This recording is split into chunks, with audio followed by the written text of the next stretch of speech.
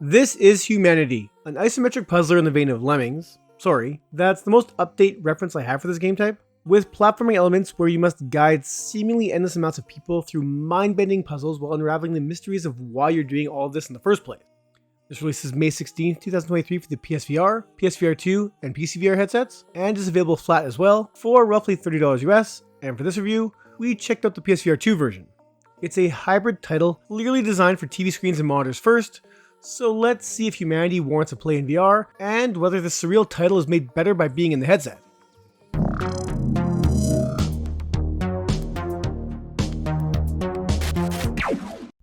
Hello puzzle people, Ryan for the VR Grid here, and before we get to it, don't forget to hit that like button, subscribe if you haven't, and leave a comment letting us know how you feel about hybrid titles like this one. Oh, and for some live VR conversation, join us Thursdays on this channel for the Virtual Boys podcast where we talk all things VR, or catch the replay on your favorite podcast app. Now, on with the review. The synopsis here is, well, odd to say the least.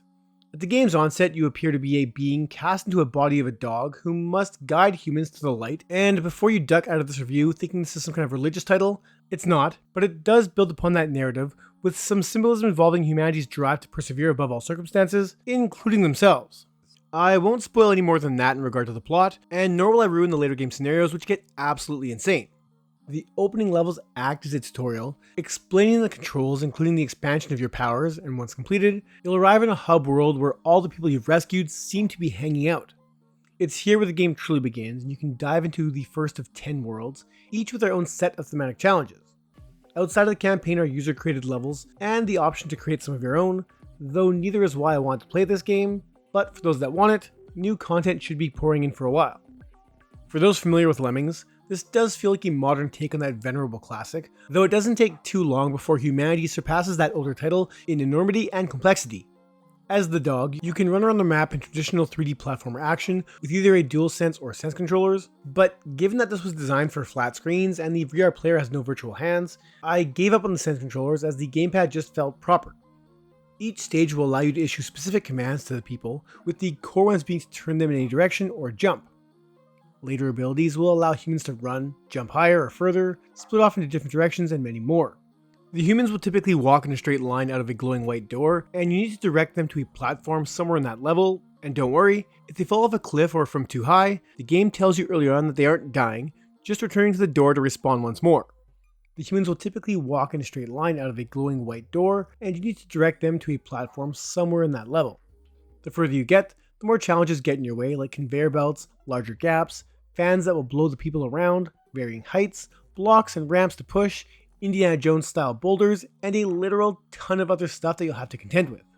Just getting the regular folk to the end won't be good enough, as there will also be golden beings, called goldies, scattered around the stage that need to be directed to the exit, with each of these offering up additional points that unlock later stages. Each puzzle requires a certain number of points to unlock, and for the most part, the scores are low enough that I almost never had to replay a stage if I'd missed one or two goldies, but it did become clear that I needed to get at least one of those dudes every stage or be forced to revisit levels I hadn't fully completed.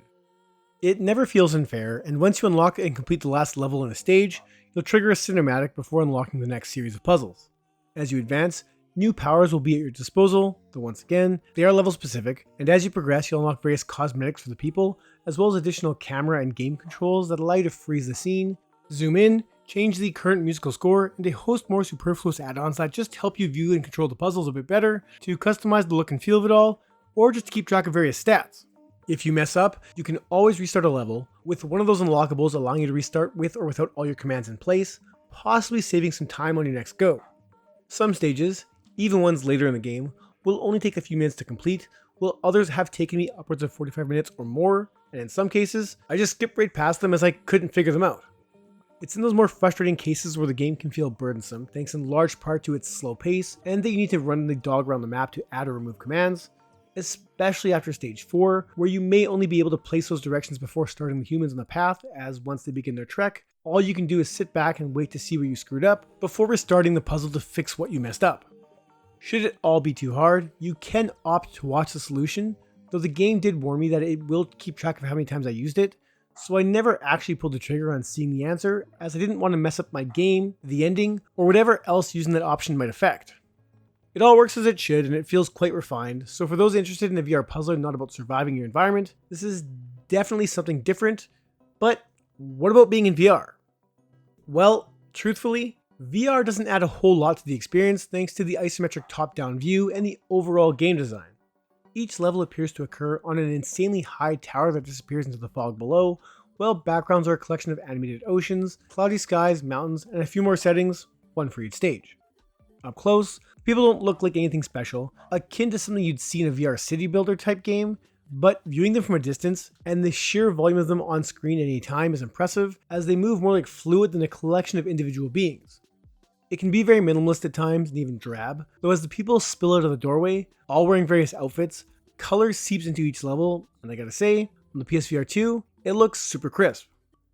I'll be the first one to say that outside of being able to physically move your head around in the environment for a better view and making everything 3D,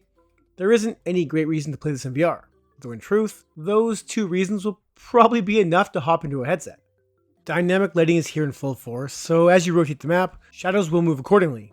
There isn't much else to talk about visually except that when playing on a larger map that requires you to move a ton of people all over it, it's an absolute spectacle to watch this weird Rube Goldberg machine made of people work seamlessly as they run, walk, and fly around the environment. In fact, viewing some of these scenes is guaranteed to be cooler in VR than playing on a flat screen, like a normie.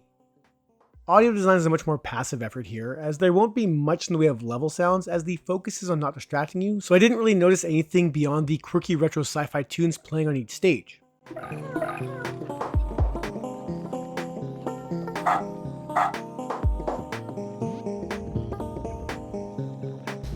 Of course, when you beat a level there'll be a celebratory explosion, and throughout the game you'll be treated to a text bubble from a being who talks to you and very loosely explains what is currently happening.